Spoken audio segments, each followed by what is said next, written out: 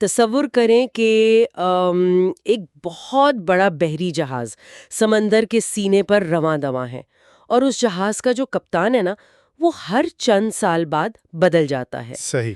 اب جہاز پر سوار مسافر یہ سمجھتے ہیں کہ جو نیا کپتان آیا ہے وہی جہاز کی سمت طے کر رہا ہے اور لہروں کا مقابلہ بھی وہی کر رہا ہے، لیکن حقیقت اس سے بالکل مختلف ہے۔ یعنی اصل کہانی کچھ اور ہی ہے؟ بالکل۔ جہاز کے نچلے حصے میں، یعنی اس کے تاریک انجن روم میں جو چند لوگ بیٹھے ہیں وہ ہمیشہ وہی رہتے ہیں۔ وہ طے کرتے ہیں کہ انجن کو کتنا ایندھن ملے گا، رفتار کیا ہوگی، اور جہاز کا اصل کنٹرول کن کے پاس ہوگا؟ جی ہاں۔ تو آج کے اس تفصیلی جائزے میں ہم پاکستان کی طاقت کے اسی انجن روم کا جائزہ لے رہے ہیں۔ ہمارے پاس جو آج کے ذرائع ہیں وہ ایک انتہائی حساس موضوع پر ہیں، جس کا عنوان ہے پاکستان کی طاقت کا غیر مرئی ہاتھ۔ خیر، یہ بحری جہاز والی تشبیہ صورتحال پر بالکل فٹ آتی ہے، کیونکہ جب ہم اس غیر مرئی ہاتھ، یا جسے عام زبان میں اسٹیبلشمنٹ کہتے ہیں، اس کے بارے میں پڑھتے ہیں تو سب سے بڑی الجھن یہی ہوتی ہے کہ ظاہر نظر آنے والا ڈھانچہ کچھ اور ہے اور جو اصل فیصلے کرنے والی قوتیں ہیں وہ کچھ اور ہیں۔ تو چلیں اس بات کی تہہ کھولتے ہیں، لیکن اس سے پہلے میں سننے والوں کے لیے یہ واضح کرنا چاہتی ہوں کہ ہمارا آج کا مقصد اس نیٹ ورک کو ایک بالکل غیر جانبدارانہ انداز میں سمجھنا ہے۔ مطلب ہم نے نہ تو کسی کی حمایت کرنی ہے اور نہ ہی مخالفت۔ بالکل، ہم صرف ذرائع کی بات کریں گے۔ ہاں، ہم صرف یہ دیکھیں گے کہ ہمارے ذرائع اس طاقتور نیٹ ورک کو کیسے بیان کرتے ہیں۔ تو میرا سب سے پہلا سوال یہ ہے کہ اس انجن روم میں آخر بیٹھا کون ہے؟ مطلب یہ اسٹیبلشمنٹ کن لوگوں پر مشتمل ہے؟ دلچسپ بات یہ ہے کہ زیادہ تر لوگ جب یہ لفظ سنتے ہیں تو ان کا ذہن فوراً صرف ایک ہی ادارے یعنی فوج کی طرف جاتا ہے۔ عام طور پر یہی سمجھا جاتا ہے نا؟ لیکن ہمارے ذرائع کے مطابق یہ تصویر کا صرف ایک رخ ہے۔ یہ کوئی ایک فرد، ایک دفتر یا محض ایک ادارہ نہیں ہے، یہ ایک باقاعدہ ایکو سسٹم ہے۔ Ecosystem? جی، ایک ماحولیاتی نظام۔ اس میں اعلیٰ فوجی حکام یقیناً ایک بہت اہم ستون ہے، لیکن ان کے ساتھ ساتھ طاقتور انٹیلیجنس ایجنسیاں، کلیدی عہدوں پر بیٹھے بیوروکریٹس اور معاشرے کی وہ اشرافیہ بھی شامل ہے جس کے پاس سرمایہ اور اثر و رسوخ ہے۔ اچھا، مجھے یہاں ایک اور تشبیہ یاد آ رہی ہے۔ یہ تو بالکل کسی بڑی کارپوریشن کے بورڈ آف ڈائریکٹرز کی طرح لگتا ہے۔ ارے واہ، یہ بہت اچھی مثال ہے۔ ہاں، جہاں سیاستدان اس کمپنی کے سی ای او کی طرح ہوتے ہیں۔ مطلب سی ای او کو میڈیا کے سامنے لایا جاتا ہے، وہ چہرہ بنتا ہے، اور جب کمپنی خسارے میں جاتی ہے تو بورڈ آف ڈائریکٹرز اسی سی ای او کو نکال کر ایک نیا چہرہ لے آتے ہیں، لیکن بورڈ اپنی جگہ قائم رہتا ہے۔ یہ موازنہ بہت حد تک حقیقت کے قریب ہے، کیونکہ دیکھیں سی ای او کے پاس روزمرہ کے کام چلانے کا اختیار تو ہوتا ہے، لیکن کمپنی کی طویل مدتی پالیسی، بجٹ اور بڑے فیصلے بورڈ ہی کرتا ہے۔ صحیح۔ ہمارے ذرائع بتاتے ہیں کہ پاکستان کے تناظر میں بھی یہ بااثر نیٹ ورک پردے کے پیچھے رہ کر بالکل اسی طرح کام کرتا ہے۔ وہ اسکرپٹ لکھتے ہیں، سرخ لکیریں یا ریڈ لائنز کھینچتے ہیں اور یہ طے کرتے ہیں کہ کون سے معاملات سیاستدانوں کے پاس جائیں گے اور کون سے نہیں۔ اچھا، لیکن یہاں ایک بہت بڑی الجھن ہے میرے ذہن میں۔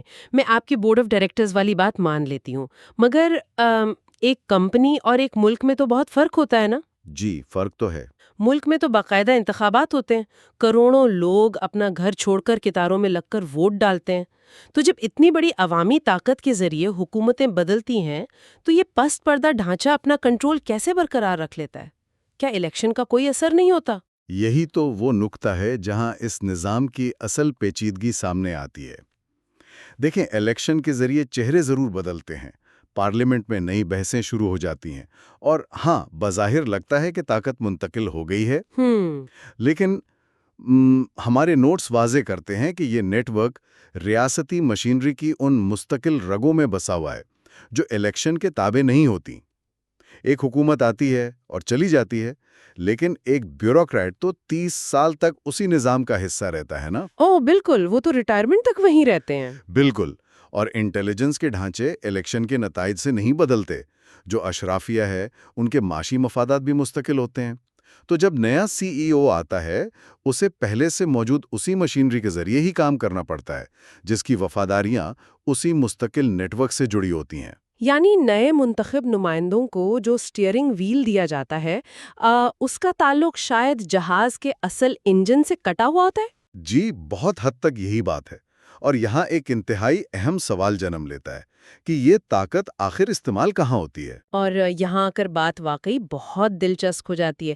میں جب ان مضامین کو پڑھ رہی تھی تو مجھے جس چیز نے سب سے زیادہ حیران کیا وہ ان کے کنٹرول کا دائرہ کار ہے۔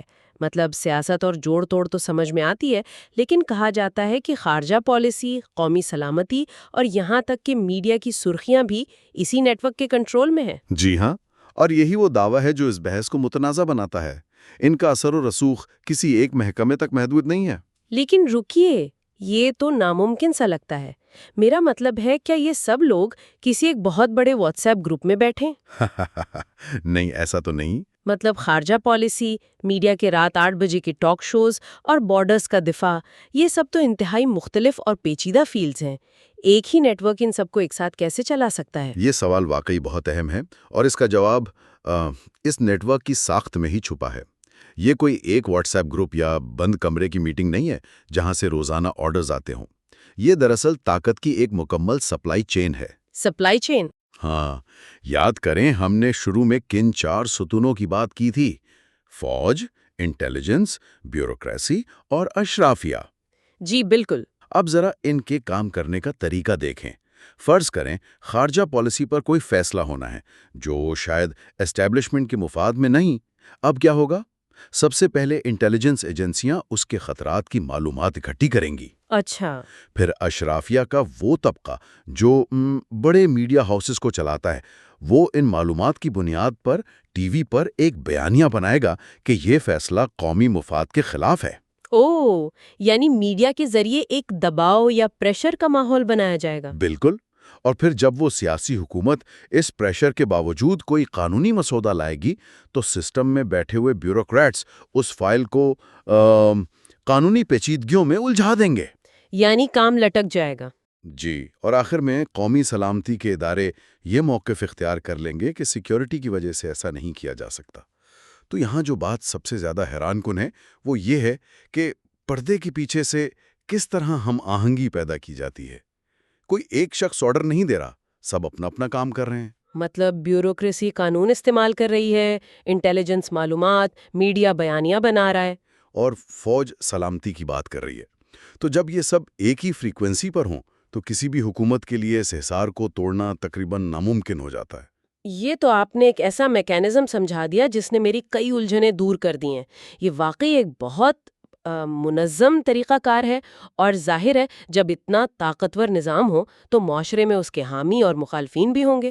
ہمارے ذرائع دونوں طرف کے دلائل دیتے ہیں، اور ایک غیر جانبدار جائزے کے لیے ضروری ہے کہ ہم دونوں پہلوؤں کو سمجھیں۔ تو پہلے حامیوں کی بات کرتے ہیں۔ میں یہ سوچ رہی تھی کہ کوئی بھی معاشرہ شعوری طور پر ایسے نظام کی حمایت کیوں کرے گا جو جمہوریت سے ہٹ کر ہو؟ ان کے پاس کوئی تو ٹھوس جواز ہوگا نا؟ بالکل ہے۔ حامیوں کی سب سے بڑی دلیل استحکام یا اسٹیبلٹی ہے۔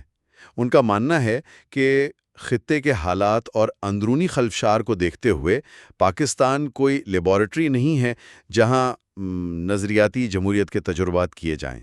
ان کے مطابق جب سیاستدان ذاتی مفادات کے لیے لڑتے ہیں تو یہ اسٹیبلشمنٹ ہی ہے جو ایک سیفٹی والو کا کام کرتی ہے۔ اچھا، یعنی وہ اس طاقت کو ایک ایمرجنسی بریک کے طور پر دیکھتے ہیں جو ملک کو خائی میں گرنے سے بچا لیتی ہے؟ بالکل، ان کی دلیل یہ ہے کہ قومی سلامتی اور ریاست کا وجود سب سے ضروری ہے۔ ان کے نزدیک سیاستدان ابھی اتنے پختہ نہیں ہوئے کہ وہ مشکل وقت میں اکیلے ملک چلا سکیں، اس لیے ایک باشعور پس پردہ طاقت کی موجودگی ملک کی بقا کے لیے ضروری ہے۔ یہ دلیل اپنی جگہ خاصی مضبوط لگتی ہے، خاص طور پر ان لوگوں کے لیے جو امن کو ترجیح دیتے ہیں۔ لیکن پھر تصویر کا دوسرا رخ بھی تو ہے، جو ناقدین ہیں ان کے پاس بھی تو سخت دلائل موجود ہوں گے۔ جی، ناقدین کا نقطہ نظر بالکل مختلف ہے۔ وہ اس استحکام کی دلیل کو سرے سے مسترد کرتے ہیں۔ وہ کہتے ہیں کہ یہ پوشیدہ اثر و رسوخ دراصل سویلین اختیارات کو اندر ہی اندر سے کھوکھلا کر دیتا ہے۔ ان کا مطلب ہے کہ جب فیصلے منتخب لوگ نہیں کریں گے تو عوام کا اپنے ووٹ پر سے اعتماد ہی اٹھ جائے گا؟ بالکل، اور ان کی ایک بہت اہم دلیل ہے جسے ہم ارتقاء کی رکاوٹ یا سٹنٹڈ گروتھ کہہ سکتے ہیں۔ ان کا کہنا ہے کہ جمہوری اداروں کو قدرتی طور پر پروان چڑھنے ہی نہیں دیا گیا۔ مطلب اگر ایک بچے کو ہمیشہ سہارا دے کر چلائیں گے تو وہ کبھی خود چلنا نہیں سیکھے گا؟ جی، اگر اسے گر کر سنبھلنے نہیں دیں گے تو اس کی ٹانگیں کیسے مضبوط ہوں گی؟ ناقدین کہتے ہیں کہ اس بار بار کی مداخلت نے سیاستدانوں کو اپنی غلطیوں سے سیکھنے کا موقع ہی نہیں دیا۔ یہ پہلو واقعی غور طلب ہے۔ اگر ہم اس بات کو آگے بڑھائیں تو اس کا مطلب ہے کہ ناقدین کے نزدیک چونکہ اصل طاقت کسی اور کے پاس ہے، اس لیے کوئی بھی ادارہ ناکامی کی ذمہ داری قبول نہیں کرتا، ہے نا؟ سیاستدان کہتے ہیں اختیار نہیں تھا، اور پس پردہ قوتیں کہتی ہیں کہ ناکامی حکومت کی ہے۔ بہت صحیح تجزیہ کیا آپ نے، اور اسی لیے ناقدین کا ماننا ہے کہ جب تک شفافیت نہیں آئے گی، یعنی جو طاقت استعمال کر رہا ہے وہ عوام کو جوابدہ نہیں ہوگا، تب تک ملک میں حقیقی جمہوری ترقی ممکن نہیں ہے۔ یہ واقعی ایک ایسا مقام ہے جہاں پہنچ کر انسان گہری سوچ میں پڑ جاتا ہے۔ ایک طرف استحکام کی دلیل ہے اور دوسری طرف جمہوریت اور ارتقاء کا فلسفہ کہ غلطیاں کرنے کی آزادی کے بغیر کوئی نظام پختہ نہیں ہو سکتا۔ میں یہ سوچ رہی ہوں، کیا کسی بھی ملک میں قومی استحکام اور خالص جمہوریت کے درمیان ہمیشہ ایک قدرتی ٹکراؤ موجود رہتا ہے؟ اگر ہم وسیع تر منظرنامے کے ساتھ جوڑ کر دیکھیں تو یہ صرف پاکستان کا مسئلہ نہیں ہے، کئی ممالک نے اس دورائے کا سامنا کیا ہے۔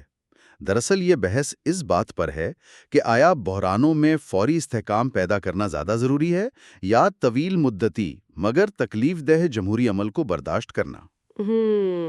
حامیوں کو لگتا ہے کہ اس تکلیف دہ عمل کا وقت نہیں ہے، جبکہ ناقدین کا اصرار ہے کہ اس کے بغیر کوئی ریاست ماڈرن دنیا میں سروائیو نہیں کر سکتی۔ جی بالکل ایسا ہی ہے۔ تو اس سب کا اصل مطلب کیا ہے؟ آج کے اس تفصیلی جائزے سے ہم نے یہ سمجھا کہ اسٹیبلشمنٹ کا تصور، جس میں فوج، انٹیلیجنس، بیوروکریسی اور اشرافیہ سب شامل ہیں، یہ کوئی سیدھا سادہ بلیک اینڈ وائٹ معاملہ نہیں ہے۔ بالکل، ہم نے دیکھا کہ یہ ایک انتہائی پیچیدہ اور مربوط نیٹ ورک ہے جو بہت خاموشی سے اپنا کام کرتا ہے۔ جی، اور پروگرام کے اختتام پر میں سننے والوں کے لیے ایک گہرا سوال چھوڑے جا رہی ہوں جس پر وہ خود سوچیں۔ اگر کسی ملک کا استحکام اور سلامتی صرف ایک پوشیدہ طاقت کی موجودگی پر منحصر ہو جائے، تو اس بات کی کیا ضمانت ہے کہ وہ ملک کبھی اپنے بلبوتے پر ایک مضبوط اور شفاف جمہوری معاشرہ بن پائے گا؟ یہ واقعی سوچنے کی بات ہے کہ کیا مسلسل سہارا بالآخر معذوری بن جاتا ہے یا یہ ایک ناگزیر ڈھال ہے؟